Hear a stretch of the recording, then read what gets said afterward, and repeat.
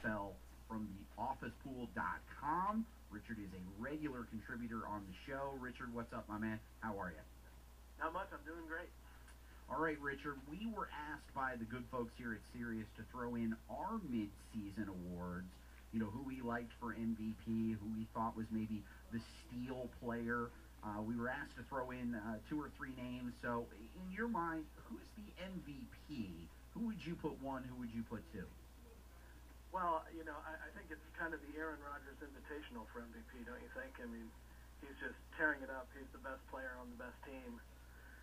And then I think there's 2 other guys you can kind of make a case for because they've had teams that have been historically not so good of late, and they've been the best players on those teams, and that's Fred Jackson in Buffalo and Calvin Johnson, Megatron in Detroit. Richard, who would be, well, first I have to point out, I'm catching up to you in our office pool, so you better be on the lookout.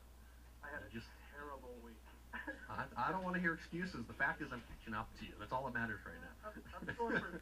Considering you set the rules and the line and you're massaging that thing. I'm checking lines after picking. I'm going, where the hell's he getting these lines from? Is Steve calling shenanigans already 7 weeks in? Wow. That's how I do. I'm a sore loser. All right, Richard, back to the fantasy topic now. Who are your top rookies? Give me your top 2 or 3 this season. Ooh, I like A.J. Green an awful lot, but Cam Newton's got to be my number 1. I don't think anybody could have predicted how he was going to come out of the gate. Richard, who was the screw job? Who's the guy that just absolutely hosed you this year? Maybe the guy you took too early. Was it an injury? A guy that's underperformed? Who are the guys that have just been the huge disappointments this season? Well, yeah, injury-wise, in one of my leagues I had Jamal Charles, so that one hurt a lot. But in terms of performance, I think Chris Johnson, of course, and Phillip Rivers in one of my leagues. He's been a real disappointment to me, and no one's really talking about him. I think he's going to turn it around in the second half, but he's been really just pretty bad the first half of this season. He's Richard Fraunefeld from theofficepool.com. If you're looking to play what you'd call your average kind of normal office pool kind of game, online, easy to do, bring your friends in. You can get your picks in every week if you want to play straight up, you want to play against the spread. The tool is great. We love having Richard on because it's a fun tool. We play every week, but also Richard's a good fantasy guy, and we're going to take some phone calls with you. So if you want to get in, 888-XM-FANTASY, 888-963-2682. Let's head out to Wyoming, and let's get Jerry in. Jerry, what's going on, my friend? It's Big League Sports. How can we help you? Hey, guys. How's it going? It is going well. Jerry, what's on your mind? Hey, I got 2 screw jobs for you, then I got 2 questions. All right, my man. The screw job is Santonio Holmes and Rashard Mendenhall. Rashard Mendenhall was my first pick in round 1. It's been worthless all year, and then Santonio Holmes was like my 3rd rounder. He's been worthless too, but I can feel you on that, but I'm going to tell you, if you took Rashard Mendenhall early, shame on you. It's your fault.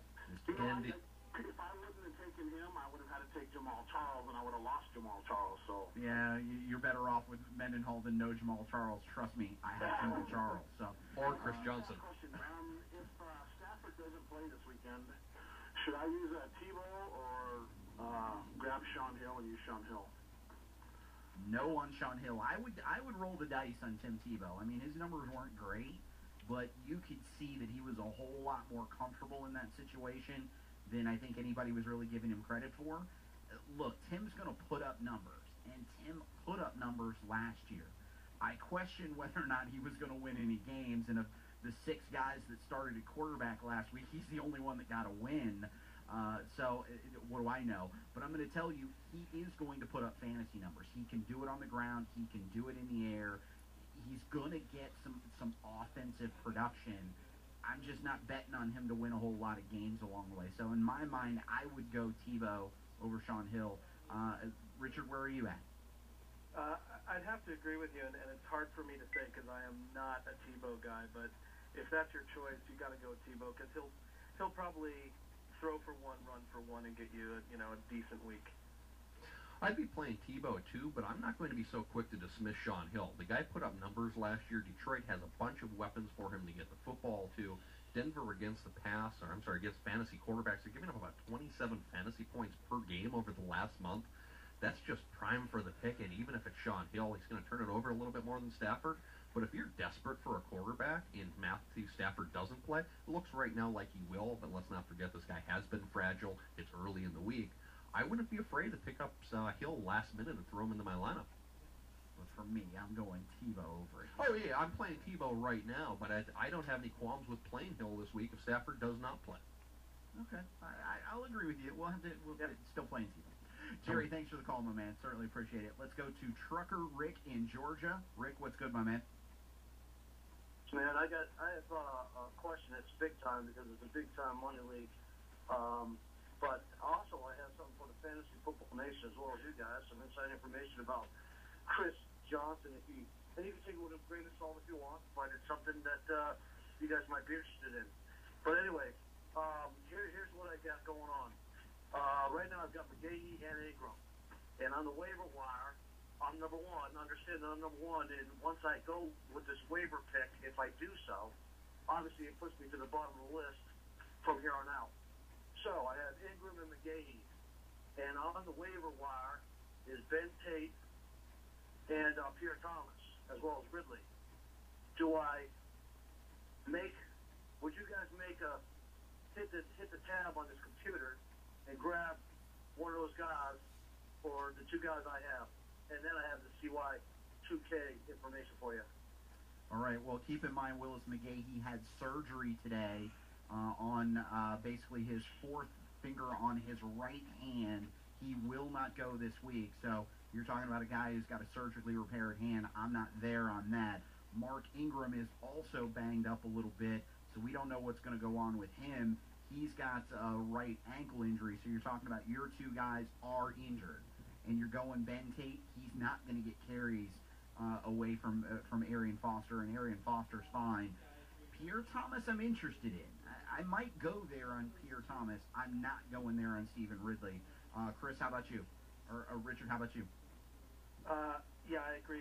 Ridley's out of the equation completely. And of those two, I think I don't think Tate's going to get many carries going forward as long as Arian Foster's healthy. So Pierre Thomas, yeah, he's interesting. Although, I think that Sproles is going to pick up more of the points, and Ingram wasn't doing much anyway. But of those, yeah, definitely Pierre Thomas.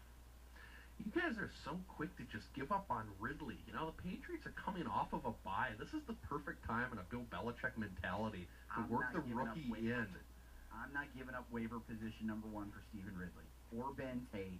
I might look at Pierre Thomas, but that's only because I know I'm missing McGahee for probably at least 2 weeks. Mark Ingram, maybe he goes, but still in the pecking order, Thomas going to see more of the carries than Mark Ingram, at least in my opinion. So I would look at Pierre Thomas, but I don't know that I'm giving up waiver position number one for it on those guys. Rick, I didn't hear if you said if it was a PPR league, was it? Yeah, it's PPR. Shoot, it's per carry plus per reception plus all kinds of bonus for 40 yards or more. Okay, in this situation, Pierre Thomas is the safest guy, and get rid of McGahee. Then you have the handcuff with Ingram. Ingram may still play this week. If Ingram doesn't play, that's actually better for Pierre Thomas because it's then him and Darren Sproles. I do like Ridley's long-term potential, and the fact that I traded in the Serious League last week for Benjarvis Green-Ellis kind of further cements the fact that the law firm will probably come out of the lineup real soon. That's just kind of the Benini luck that I have. And why don't you go ahead and clue us in on that CJ2K stuff, or the CJ Buck85 that we've been calling him tonight. The boy is an absolutely gifted child. God-given gift. He knows that, okay? But his work ethic is horrible. He hangs out down in Orlando, that's where I'm from, okay? Hangs out in Orlando, and I got reliable sources. He hangs with the wrong crowd. Goes to the seedy joints like I go to, okay? That's not necessarily a bad thing, don't get me wrong. But this kid, he wants to rest on his laurels, his God-given gifts. It doesn't work out. He came in, when you gave him that kind of money, okay, all of a sudden you're telling him, hey, he didn't work out well on the side. Relatively so, okay? He didn't work out on the side. Now you give him that big money, and he hangs out with the wrong crowd. Man, what do you think could happen? I feel freaking like getting round over him. Rick, 12-ounce curls aren't working out?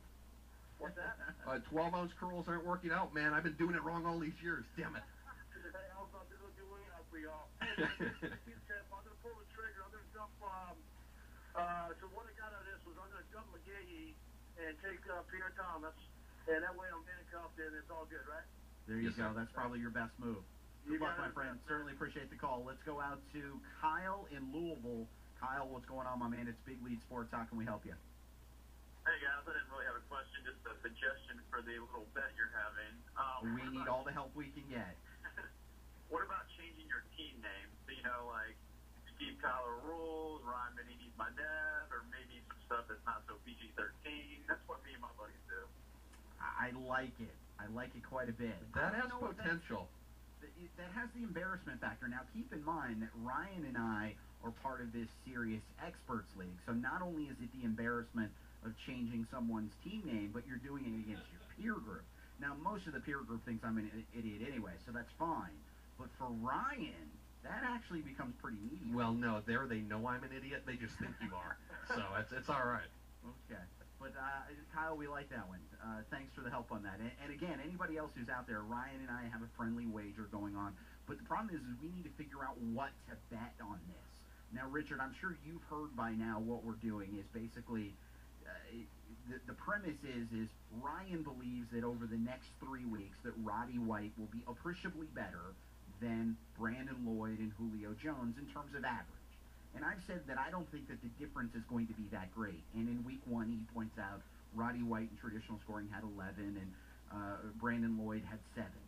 Or was it 7? Yeah, that was it. Yeah, 7. So 4 points. I don't call that appreciable, but he might. In my world, they're basically the same type of player. I don't see Roddy White breaking into Calvin Johnson territory anytime soon. I don't even think he's going to break into Larry Johnson territory anytime soon. Ouch. I am pointing out that he has become really, really average. So that was the premise of the bet. So here in about 3 weeks, we're going to get together. We're going to look at the averages and see if I was right in my projection or Ryan was right in his projection. But we have been struggling on what should be at stake here. Now, the one that I like is that if he loses, he's got to trade me Chris Johnson, and I'm giving him Peyton Hillis because he hates Peyton Hillis. So I like that one because that one's going to sting for him. That's a pride thing. But I also like the change in the name bit. Do you have something to throw into the pot? Well, first off, you better agree on your definition of appreciable. We did last week. It was ±1. So Roddy White has to do 2 better on an average, better than both of those guys. You know, I have not given this much thought, but how about something like, because I don't like making it part of the league. I'm too close to my players to give anybody up. So how about we're both having a terrible season, so it doesn't matter. I'm about to turn things around. Ryan has to do the show dressed as the Tampa Bay Buck mascot, or you have to. Yeah, that's not going to work for me. No, I'm not that connected to it. Well, see, and that doesn't really work out that well because the only person that's going to appreciate that then is Steve. No, I would take some screen captures. Oh, well, I know that. I figured you would. I'd lower the lights that day. There would be some art. That's all I'm saying. But anyway, we'll chew on that one. We're going to take a very quick break. When we come back, we'll get back with Richard Fronefeld from theofficepool.com, and we're going to take some more of your phone calls. So if you want to get in, 888-XM-FANTASY,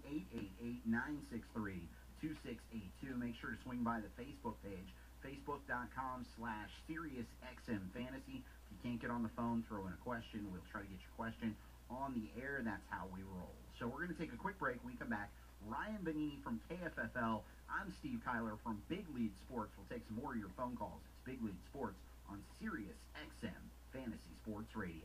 Fantasy sports news, interviews, and your phone calls about your fantasy sports teams. Get it all with Big Lead Sports on SiriusXM Fantasy Sports Radio.